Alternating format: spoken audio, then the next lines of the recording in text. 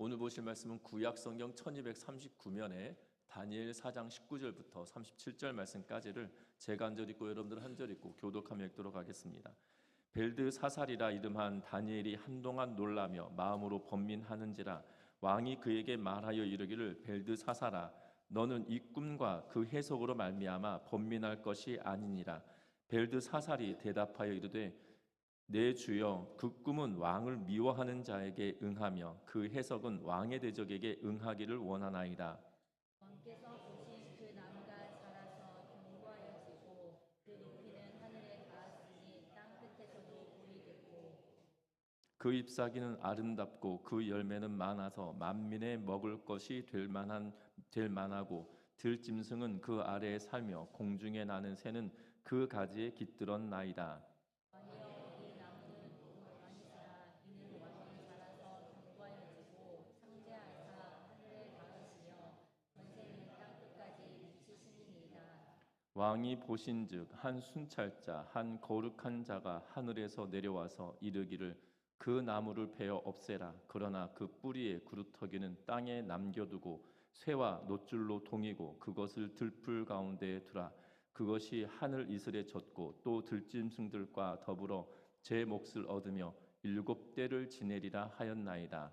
왕이여 그 해석은 이러하니이다. 곧 지극히 높으신 이가 명령하신 것이 내 주 왕이 되에 미칠 것이라.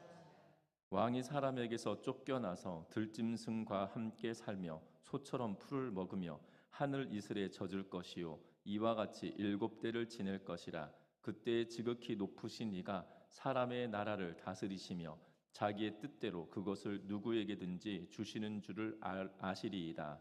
또 그들이 그 나무 뿌리에 구루터기를 남겨두라 하였은즉 하나님이 다스리시는 줄을 왕이 깨달은 후에야 왕의 나라가 견고하리이다. 그런즉 왕이여 내가 아뢰는 것을 받으시고 공의의 행함으로 죄를 사하고 가난한 자를 긍휼히 여김으로 죄악을 사하소서. 그리하시면 왕의 평안함이 혹시 장구하리이다 하니라. 이 모든 일이 다 느부갓네살 왕에게 임하였느니라. 12달이 지난 후에 내가 바벨론 왕궁 지붕에서 거닐세.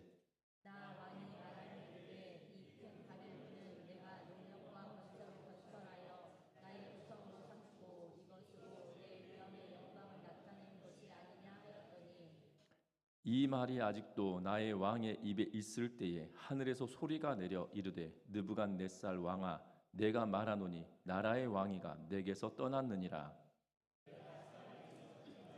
그 짐승과 함께 살면서 소처럼 풀을 먹을 것이요 이와 같이 7대를 지내서 지극히 높으신 이가 사람의 나라를 다스리시며 자기의 뜻대로 그것을 누구에게든지 주시는 줄을 알기까지 이르리라 하더라.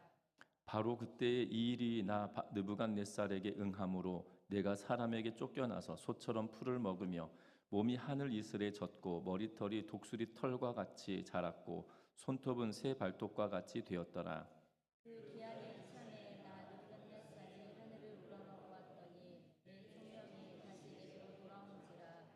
이에 내가 지극히 높으신 이에게 감사하며 영생하신 이에게 찬양하고 경배하였나니 그 권세는 영원한 권세요 그 나라는 대대에 이르리로다. 땅의 모든 사람들을 없는 것 같이 여기시며 하늘의 군대에게든지 땅의 사람에게든지 그는 자기 뜻대로 행하시나니 그의 손을 금하든지 혹시 이르기를 내가 무엇을 하느냐고 할 자가 아무도 없도다. 그때 내 총명이 내게로 돌아왔고 또 내 나라의 영광에 대하여도 내 위엄과 광명이 내게로 돌아왔고 또 나의 우상들과 관원들이 내게 찾아오니 내가 내 나라에서 다시 세움을 받고 또 지극한 권세가 내게 더하여오니라. 같이 읽습니다. 그러므로 지금 나 느부갓네살은 하늘의 왕을 찬양하며 칭송하며 경배하노니 그의 일이 다 진실하고 그의 행하심이 의로우심으로 교만하게 행하는 자를 그가 능히 낮추심이라. 아멘. 우리 서로 인사 나누고 말씀 나눕니다. 사랑하고 축복합니다. 성경은 하나님께서 역사의 주관자 되심을 꾸준하게 말씀하고 있는 것을 보게 됩니다. 우리가 요셉의 일대기만 보더라도 하나님은 개인의 삶을 주관하실 뿐만 아니라 그 개인을 통하여 한 나라의 역사를 이끌어 가시는 분이 하나님이신 것을 우리에게 알려주고 있는 것을 보게 되죠. 가장 우선은 하나님께서 애굽 왕 바로가 꾼 꿈을, 두 가지 꿈을 해석함으로 말미암아 7년의 풍년과 7년의 흉년이 그 땅에 임할 것을 하나님께서 바로에게 요셉을 통하여 말씀하십니다. 그리고 이 7년의 흉년은 앞에 있던 7년의 풍년으로 이것을 대비하면 이겨낼 수 있다라는 대비책까지도 요셉을 통하여 바로에게 알려주고 계시는 그러한 모습을 보게 되죠. 여러분들 죄수였던 신분에서 한 나라의 총리 대신, 다시 말하면 이방인이고 그리고 노예였던 사람이 죄수로 끌려와 감옥에 투옥되었던 사람이 꿈을 해석해 주므로 나라의 2인자가 된다는 것은 정말 기적 같은 일입니다. 그래서인지 요셉에 관한 이 이야기로 말미암아 어린아이들에게 이 만화 영화로 이 여러 편의 만화 영화가 제작되었던 것들을 보게 되죠. 그래서 이집트의 왕자는 모세에 관한 이야기, 그리고 이 요셉에 관한 이야기를 통해서 아이들에게 교훈을 주고 있는 그러한 모습을 봅니다. 분명한 것은 한 개인을 통하여 한 나라의 역사를 바꾸어 가고 있는 것을 보게 되죠. 총리 대신이 되어 7년의 풍년을 통해 7년의 흉년을 대비해 가고 있는 그러한 모습을 보게 되고, 그 7년의 흉년에 시작이 되어지고 그리고 가나안 땅에 있던 형제들까지도 이 흉년 때문에 애굽으로 내려오게 되었던 것을 봅니다. 그뿐만이 아닙니다. 이 7년의 흉년이 지나고 나면 창세기 47장에 들어가서 어떤 일이 벌어지냐면 한 나라의 토지 개혁이 일어나고 있는 것들을 보게 되죠. 우리가 한국사를 보다 보면 특별히 근현대사를 보다 보면 이 근현대사를 보다 보면 토지 개혁이 등장을 합니다. 그런데 그 토지 개혁에 대한 이야기를 할 때 이 당시의 많은 기록들은 많은 저항들이 있었음을 이야기하고 있거든요. 그런데 이 애굽의 토지 제도를 변혁시켜 갈 때 저항이라기보다 오히려 백성들도 좋아하고 또한 애굽의 왕도 이 좋아할 만한 그러한 대가를 치르게 하고 있는 것을 보게 됩니다. 다시 말하면 이 토지 개혁을 이루는데 어떤 개혁을 이루냐면 왕에게 20%를 내고 나머지 80%로 너희가 살아가라 라는 것이었어요. 다른 조건이 있지 않습니다. 그래서 그 조건이 80으로 내가 살아가고 20으로 왕에게 세금을 떼고, 그거 말고는 그들이 가지고 있었던 땅을 여전히 유지하게 하고 있는 그러한 모습을 보게 되죠. 주인만 바뀌어지는 상황인 것입니다. 토지 개혁을 일으킬 때 반발이 없는 그러한 토지 개혁은 역사상 있을 수 없음에도 불구하고, 여러분들 지금으로부터 3,500년도 훨씬 전, 3,500년이 뭡니까? 약 4,000년 전에 이 토지 개혁이 일어나고 있다라는 사실들 보면 참으로 놀랍다라고 말할 수밖에 없다라는 사실이죠. 분명한 것은 하나님은 역사의 주관자 되시는 분이시라는 사실입니다. 뿐만 아닙니다. 예수께서 이 땅에 오실 때에도 마찬가지죠. 로마라고 하는 나라가 온 세상을 통치하는 시기가 아니었다라면 복음의 진보가 그렇게 빨리 되어지지 않았을 것입니다. 로마가 군대를 보내기 위하여 도로를 닦아서 이런 말이 있습니다. 모든 도로는 로마로부터 되어진다, 로마를 통한다라는 그러한 표현이 있듯이 로마로부터 시작해서 이 로마가 통치하는 나라들까지 길을 닦아놓고 그 길을 따라 이 사도들이 복음 전도를 위하여 선교 여행을 떠나는 그러한 일들을 보게 되죠. 비록 로마라고 하는 나라가 세워질 때 이 복음과 상관없을 것처럼 여겨졌지만 로마가 닦아놓은 길이 군대만 움직인 것이 아니라 복음도 그 길을 따라 움직였다라는 것을 이 성경의 이 선교 역사를 통해서 보면 분명하게 우리에게 말씀해주고 있는 것을 봅니다. 분명한 것은 하나님은 역사의 주관자시고 개인에게뿐만 아니라 온 인생을 살아가는 모든 삶의 주권자 되심을 우리에게 보여줍니다.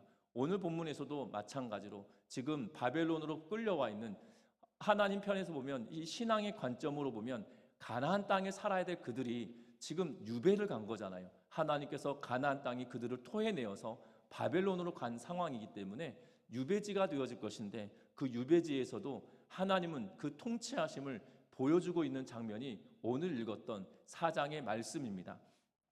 저와 여러분들이 하늘의 권세자라고 불렸던 이 하늘에 닿을 만한 권세를 가지고 있었던 느부갓네살 왕이 하루아침에 무너지고 다시 그를 복원시키는 복권시키는 그러한 모습을 통해서 역사의 주관자와 개인의 역사의 삶도 하나님께서 주관하심을 우리에게 여실히 보여주고 있다는 것을 기억하면서 오늘 본문을 통해 그 하나님이 지금 나에게도 역사하시고 내 삶을 책임져 주시는 하나님이신 것을 경험하고 살아가는 우리 모두의 삶이 되시기를 주의 이름으로 부탁드립니다.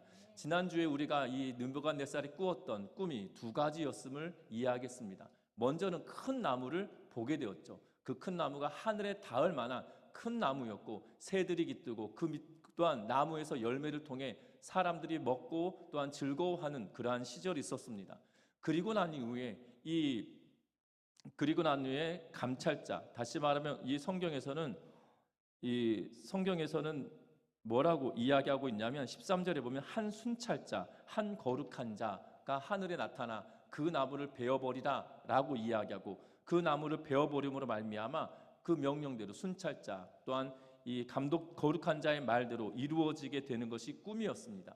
그 꿈에 대한 해석을 오늘 다니엘이 주고 있다라는 사실이죠. 그런데 이 꿈의 해석은 참으로 두렵고 염려가 되는 해석이 되어졌다라는 사실입니다. 19절이 좀 긴데요. 우리 19절 말씀을 같이 한번 읽어봅니다.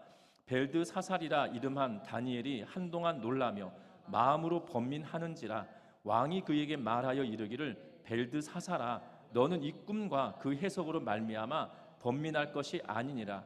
벨드사살아 대답하여 이르되 내 주여 그 꿈은 왕을 미워하는 자에게 응하며 그 해석은 왕의 대적에게 응하기를 원하나이다. 아멘. 지금 느부갓네살 왕이 다니엘에게 설명 꿈을 꾸었던 내용들을 말합니다. 지금 다른 이들에게 말했더니 해석을 못하고 전혀 입을 뻥끗하지 못하는 상황이 되었습니다. 그리고 다니엘을 부르고 다니엘에게 그 꿈을 이야기해 주는 것이 18절 말씀까지였습니다. 그 꿈에 대한 이야기를 듣고 다니엘이 깜짝 놀라게 되어졌고 한동안 다니엘이 마음이 번민한 그러한 상황임을 이 느부갓네살이 그것을 보고 지금 벨드사사라라고 말하면서 너가 꿈을 해석을 너가 나의 꿈의 해석을 너가 하라라고 명령하고 있는 것을 보게 되죠. 쉽게 말하면 요새 그런 말 쓰지 않습니까? 어떤 당황스러운 일이 있으면 동공 지진이 일어났다 이런 표현을 쓰죠. 동공이 흔들려 눈이 막 흔들리는 거죠. 왜냐하면 느부갓네살의 말을 들으면서 느부갓네살의 이야기를 들으며 느부갓네살과 눈을 맞추며 이야기를 했었을 것 같거든요. 뭐 아닐 수도 있습니다. 막 납죽 엎드려 왕의 말을 들어야 될 수도 있는데 지금 내가 꿈을 이야기해 줄 때 그 해석을 듣는 입장이다라면 어떻게 보면 지금 가불관계를 떠나서 이 느부갓네살은 신처럼 받들어지는 인물이지만 지금 그 신처럼 받들어지는 인물이 신이 알려주는 꿈의 해석을 들어야 되기 때문에 지금 공손한 상황인 거잖아요. 그러다 보니 눈을 맞추고 이야기를 한다라고 상상해 보면 지금 다니엘의 눈동자가 흔들리며 낯빛이 바뀌기 시작하는 것을 분명하고 명확하게 느부갓네살이 알았던 걸로 보여집니다. 머리를 수그리고 또한 조아리며 그 이야기를 듣고 말했다라면 지금 다니엘의 표정과 다니엘이 눈동자가 흔들리고 얼굴이 사색되어지는 것을 알지 못했었을 것 같거든요. 그런데 번민하지 말라라고 하면서 너가 나에게 말해야 된다라고 느부갓네살이 말합니다. 다니엘의 말은 이러합니다. 지금 당신의 꿈의 해석이 당신에게 이루어질 것이 아니라 당신에게 응할 것이 아니라 당신을 미워하는 자나 당신의 대적에게 이 일이 응하였으면 좋겠는데 지금 그렇지 않다라고 말하고 있는 것을 보게 되죠. 그 꿈을 해석하기 전에 안타까운 심정을 토로하며 말하고 있는 것을 보게 됩니다. 왜냐하면 그 꿈을 해석하면 그 꿈을 해석해 주고 나서 방비책을 세워야 되고 그 방비책이 왕이 들어야 될 텐데 그렇지 않으면 이 일이 반드시 이루어질 것은 분명하기 때문이라는 사실이죠. 여러분들 무속신앙에 관련된 드라마나 영화를 보면 이러지 않습니까? 그 점을 치거나 또한 이 무속신앙에 무속신앙에 이렇게 표현하면 좀 그러겠지만 고수라고 불려진 높은 신적인 권위를 가지고 있는 사람에게 질문을 하면 그것을 피할 방도가 무엇입니까? 이렇게 말하잖아요. 그러면 그 무속인이 이렇게 말합니다. 부적을 써주며 동쪽의 귀인을 만나 그 사람에게 뭘 주고 뭘 하면 됩니다. 그걸 반드시 해야 됩니다. 이러면서 이야기를 해주잖아요. 지금 그 상황이 지금 느부갓네살 왕에게 딱 같다고 생각하시면 돼요. 여러분들 그런데 지금 그것이 왕이 그것을 잘 들어줘야 되는데 그렇지 않을 가능성이 농후하거든요. 그러면 다니엘의 입장에서 보면 왕에게 이것이 일어나지 않아야 되는데, 그리고 왕이 성정을 보면 이것을 지킬 방도가 없고, 그의 성정으로 보면 이게 안 지키면 반드시 그 사람에게 이루어질 것인데, 지금 왕에게 그 일이 일어나면 어떤 일일까요? 지금 다니엘도 이것이 참 답답한 일이 아니겠나 싶습니다. 그래서 이렇게 말합니다. 이 꿈의 나무는 당신입니다. 왕 당신이다라고 22절에 말씀하죠. 그리고 왕이 잘하고 견고하여져서 당신이 창대하여지고, 그리고 당신의 이름이 하늘 끝까지 닿게 된다라고 말합니다. 그리고 당신의 권세는 땅 끝까지 미칠 만한 대단한 권세를 가지게 되어질 것입니다 라고 말하고 있죠. 그런데 왕이 보시는데 두 번째 꿈은 어떤 거냐? 한 순찰자, 한 거룩한 자가 와서 나무를 베어 없애라 라고 말씀하신 것은 당신이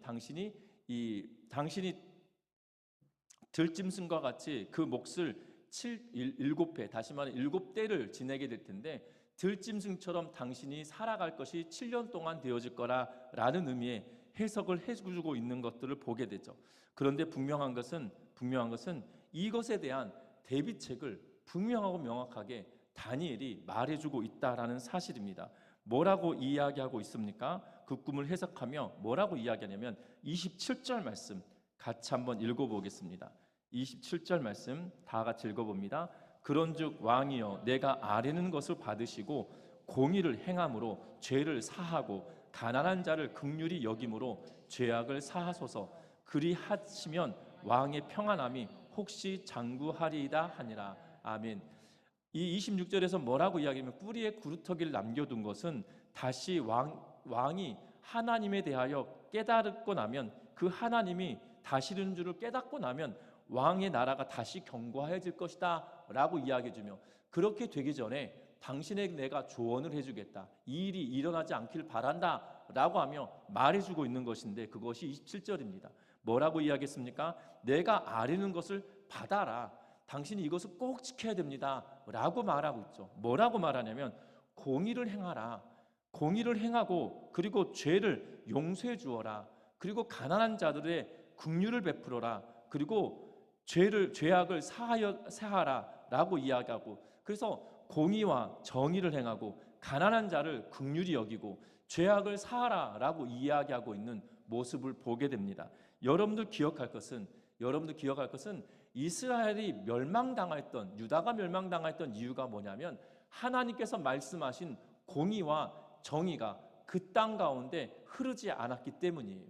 법을 아는 자들이 법을 굽어버리고 하나님의 백성들에게 정의롭고 공의로운 판결이 이루어져야 되고, 연약하고 또한 힘없는 자들을 불쌍히 여기며 법은 공정하게 실행되어질 수 있도록 행해야 된다라고 분명하게 이야기하며 그것을 지켜내라라고 말씀을 하셨죠. 우리가 예배를 잘 안 드렸기 때문에 이스라엘 백성들이, 유다 백성들이 멸망당한 것이 아니라 하나님의 법을 그들이 지키지 않았기 때문에 멸망당한 거예요.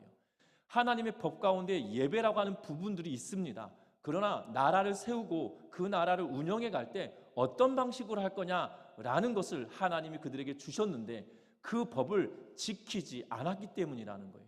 하나님의 법을 지키지 않았기에 그 가운데 예배까지도 상실되게 만들었다는 사실입니다. 심지어 그들은 제사를 잘 지냈습니다. 이사야 선지자가 뭐라고 이야기하냐면, 니들이 재물을 가지고 오면 마당만 밟을 뿐이고 나로 하여금 역겹게 만든다라고 이야기할 만큼 이사야서 1장은 그렇게 말해요. 너희들이 가져온 짐승이 아무리 많다 하더라도 내가 그것을 역겹게 여긴다라고 이야기하고 있는 것을 보게 되죠. 중요한 것은 유다와 이스라엘이 멸망당했던 것은 하나님의 법에서 떠나 있기 때문이라는 사실이에요. 그것이 지금 느부갓네살의 권력과 권세가 강하여짐으로 말미암아 그러한 일들이 그 땅에 있을 때 이스라엘이 멸망하였던 방식으로 지금 당신의 멸망을 막을 수 있다는 거죠. 유다와 이스라엘이 하나님의 법을 지키고 공의와 정의와 긍휼을 행함이 그들 가운데 통용되어질 때 다시 회복될 거라고 약속을 받았던 것처럼, 동일하게 지금 느부갓네살 왕에게도 그 하나님의 약속의 말씀처럼 주고 있다는 거예요. 정의를 행하라, 공의를 행하라, 긍휼을 베풀어라 라고 이야기하며 그 하나님의 법대로 행한다라면 혹시 그 평안함이 장구하게 될 것입니다. 여기서 보면 혹시라고 하는 단어를 붙이며 당신이 그렇게 하면 하나님께서 불쌍히 여기셔서 당신을 더 영원히 장구하게, 다시 말하면 당신의 권력을 더 유지시키지 않겠습니까? 라고 말하고 있는 것을 보게 된다는 겁니다. 분명한 것은 하나님은 우리들에게 요구하시는 것이 있어요. 무엇을 요구하시냐면 하나님의 말씀을 지키고 살아내라라고 우리에게 요청하고 그 말씀대로 행하라라고 말씀하고 있는 것을 보게 됩니다. 분명한 것은 하나님께서 역사를 주관하시고 한 개인의 역사와 또한 한 나라의 역사와 인류 역사를 주관하실 때 하나님은 그 말씀대로 행하며 지키며 순종하는 자를 통하여 일하신다라는 사실이에요. 하나님의 말씀대로 순종하고 살아가기로 결단하였던 다니엘을 통하여 일하고 계시는 것처럼 저와 여러분들도 하나님의 말씀 앞에 온전히 순종하는 삶을 선택하기 시작할 때 저와 여러분들 통하여 하나님은 일하신다는 것을 기억하는 우리 모두가 되시기를 주의 이름으로 부탁드립니다. 그런데 놀라운 것은 지금 다니엘이 요청을 했습니다.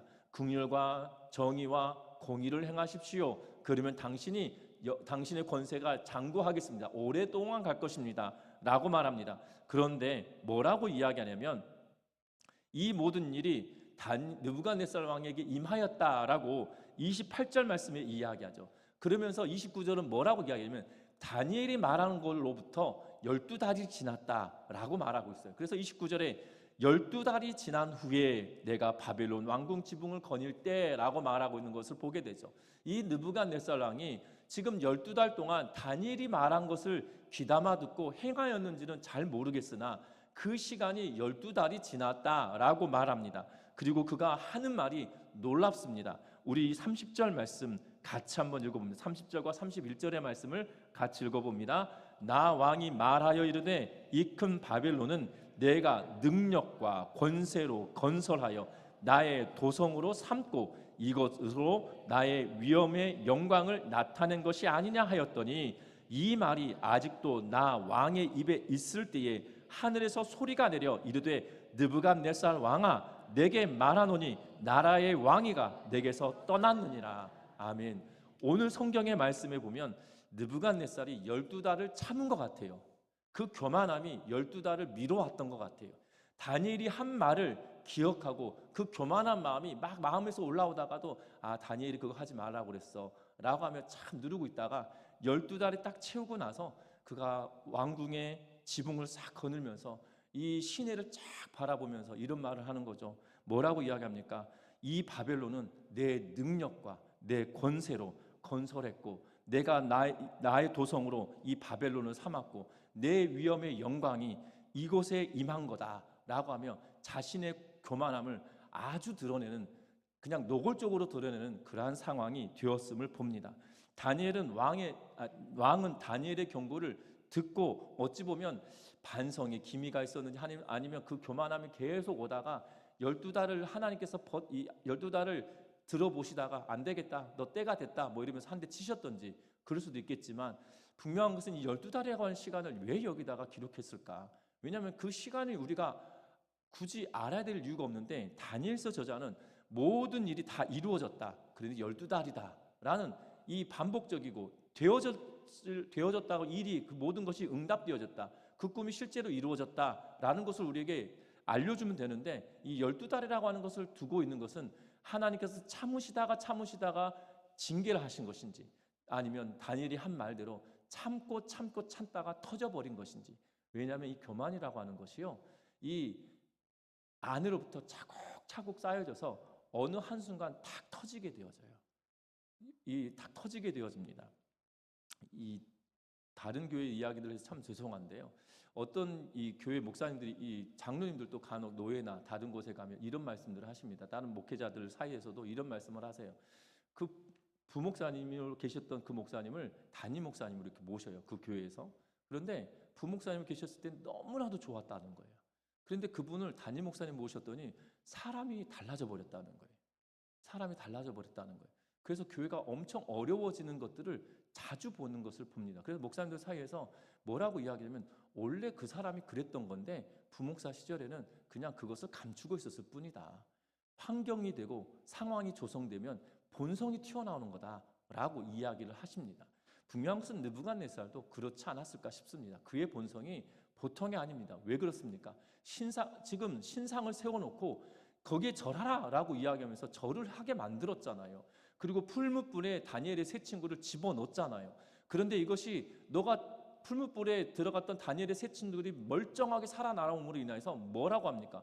내가 잘못했구나. 갑자기 깨닫고 이 하나님만 섬겨라 라고 칙령을 내리고 별의별 일을 다 했지만 그 본성이 어디 갑니까? 그 교만함이 튀어 올라오는 거죠.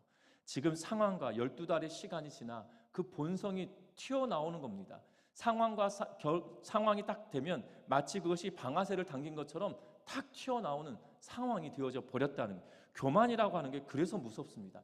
차곡차곡 쌓이다가 결국 어느 한순간 발현되어지는 순간이 일어난다는 거죠. 나의 본성이 다 드러나는 그러한 순간이 되어진다는 겁니다. 그래서 그 일들이 이루어집니다. 하나님께서 뭐라고 말씀하십니까? 이 말, 다시 말하면 느부갓네살이 하는 그 말이 떨어지기도 전에 어떤 일이 벌어지냐면 하늘에서 소리가 내려 느부갓네살 왕아 내게 말하노니 나라의 왕이가 너에게서 떠나갔다라고 하며 너 이제 그만해라 라고 이야기하시죠. 그러며 뭐라고 이야기합니까? 그 뒤에 32절에 네가 사람들에게서 쫓겨나서 들의 소와 같이 풀을 먹으며 지낼 거다. 7대를 지낼 거다. 그리고 지극히 높으신 이가 사람의 나라를 다스리는 것, 다시 말하면 역사의 주관자가 하나님이신 것을 인정하는 그때가 돌아오면 너를 다시 돌이키게 하겠다라고 말씀하며 그로 하여금 왕위에서 밀어내 버리시는 것을 보게 됩니다. 여러분도 교만이 그래서 무섭습니다. 여러분도 교만이 별것 아닌 것처럼 느껴질 수 있습니다. 그런데 교만은 참으로 무서운 겁니다. 왜냐하면 아담이 범죄하였던 가장 큰 원인이 다 교만이다라고 말하고 있기 때문이죠. 또한 천사장이라 불렸던 이 사탄의 괴수도 마찬가지로 천사였지만 그가 교만하였기 때문에 그가 버렸다, 하나님께서 버리셨다라고 에스겔서 27장에 명확하고 분명하게 두로왕을 이야기하며 빗대어 이야기하고 있는 것을 보게 된다는 겁니다. 분명한 것은 교만은 처음부터 강하게 나타나지 않아요. 막 머리끝까지 치솟는 교만이 처음부터 생겨나지 않습니다. 분명한 것은 그 교만이 우리 안에 들어와 있을 때 그 싹을 잘라내야 되는 거죠. 그런데 그 싹이 우리는 보이지도 않으니까, 그것을 느끼지도 못하니까, 우리가 그것이 교만이라고 여겨지지 않으니까, 그래서 그것을 잘라내지 못할 때가 더 많습니다. 그러하기에 우리가 날마다 주의하며 기도해야 될 것은 하나님, 내가 교만치 않도록 내 삶을 붙잡아 주십시오. 그 십자가의 사랑을 내가 교만함으로 망가뜨리고 무너뜨리는 것이 아니라, 그 하나님의 은혜를 내가 무너뜨리는 것이 아니라 교만이 내 마음으로부터 사라지게 하여 주시고 하나님의 통치하심이 내 인생 가운데 찾아오게 하여 주시고 내 인생의 주인이 하나님이시기에 내가 교만치 않도록 도와주십시오 라고 하며 기도하며 나아가는 우리 전미정학교의 모든 성도님들의 삶이 되시기를 주의 이름으로 부탁드립니다. 뿐만 아닙니다. 하나님은 그 깨달은 자에게 회복시켜 주신 것을 보게 되죠. 38절 말씀을 34절 말씀을 같이 한번 읽어봅니다. 34절의 말씀입니다. 그 기한이 참에 나 느부갓네살이 하늘을 우러러 보았더니 내 총명이 다시 내게 돌아온지라. 이에 내가 지극히 높으신 이에게 감사하며 영생하시는 이를 찬양하고 경배하였나니 그 권세는 영원한 권세요 그 나라는 대대에 이르리로다. 아멘.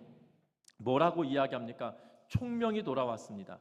소처럼 땅을 보며 살아갔던 시간이 7년이라고 하는 7대를 지내게 되어지고 그 기간이 다 찼더니 그가 인정하는 거죠. 역사의 주관자, 내 인생의 주관자가 하나님이시다라는 것을 인정하며 하늘을 우러러 뭐라고 이야기합니까? 내가 지극히 높으신 이에게 감사한다.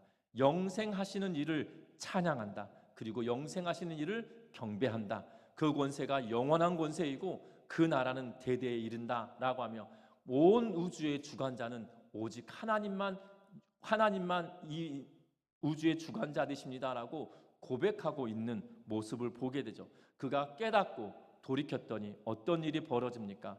오늘 36절에 이렇게 이야기합니다. 36절과 37절을 같이 읽습니다. 그때에 내 총명이 내게로 돌아왔고 또 내 나라의 영광에 대하여도 내 위엄과 광명이 내게로 돌아왔고 또 나의 모사들과 관원들이 내게 찾아오니 내가 내 나라에서 다시 세움을 받고 또 지극한 위세가 내게 더하였느니라.